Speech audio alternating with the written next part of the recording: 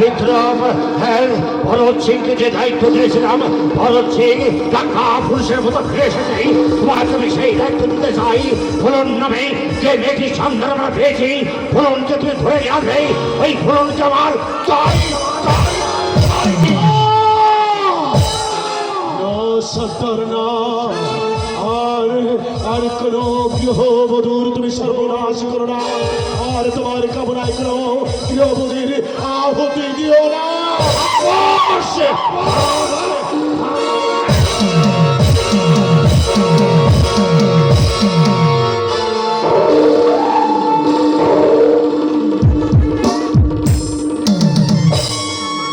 একটা কথা কান খুলে শুনে রেখো বিক্রম সেনা, এই বাবু গোচার যা চাইবে তাই সে আদায় করে নেবে। যাও যাও, যেভাবে পারো ওই ফুলনকে নিয়ে এসো।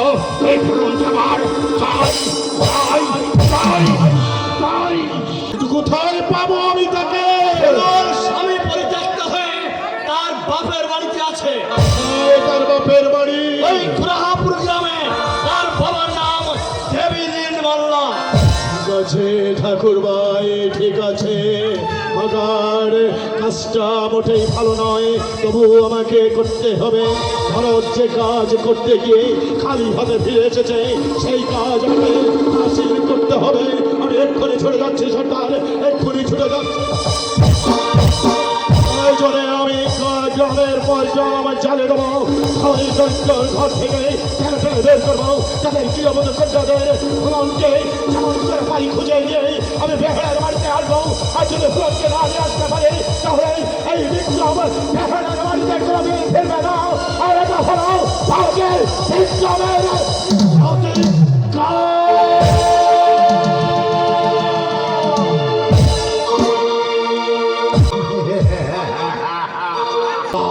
মাত্র একটা চাবুক লাগাতেই বিক্রমের ঘন্ট বিবেকটা আবার জেগে তুলেছে। মাঝে মাঝে আমার ভয় হয়, বিক্রম যদি আমার সঙ্গে বেইমানি করে। না না না, পারবে না, পারবে না। বিক্রম কিছুতেই আমার সঙ্গে বেইমানি করতে পারবে না। চলো চলো ঠাকুর ভাইয়া, চলো চলো, আজ ফুলন আসবে, সেই আনন্দে আমরা রাতভর মৌজ করব। মৌজ মৌজ।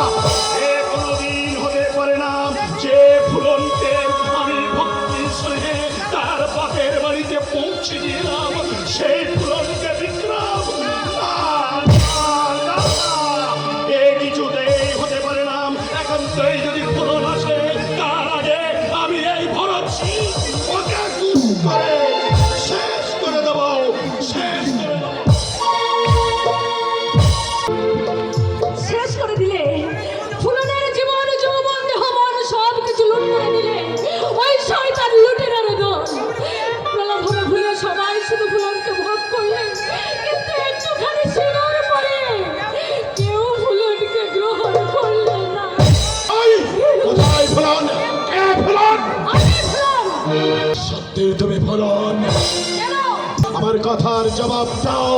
তুমি আমার কথার জবাব দাও। জানতে চাও তুমি? জানতে চাই তুমি কে, কি তোমার পরিচয়? আমি বিক্রম, আমি বাগে ডাকাত। তুমি আমাকে খুঁজছো কেন? নিয়ে যাবো বলে। কোথায়?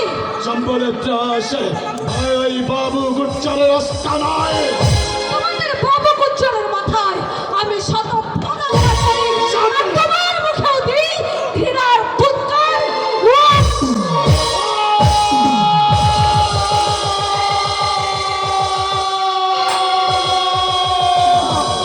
হুঁশিয়ার হুঁশিয়ার নারে, তুমি কোথায় কোথায় বলে যাবে?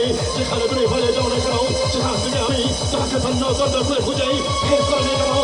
প্রয়োজনে গ্রামের পর গ্রাম আমি চালিয়ে পেছন কাজ করে দেবো প্রয়োজনে প্রত্যেকটি ঘর থেকে গৃহবধূ বের করে দাও শ্রমকে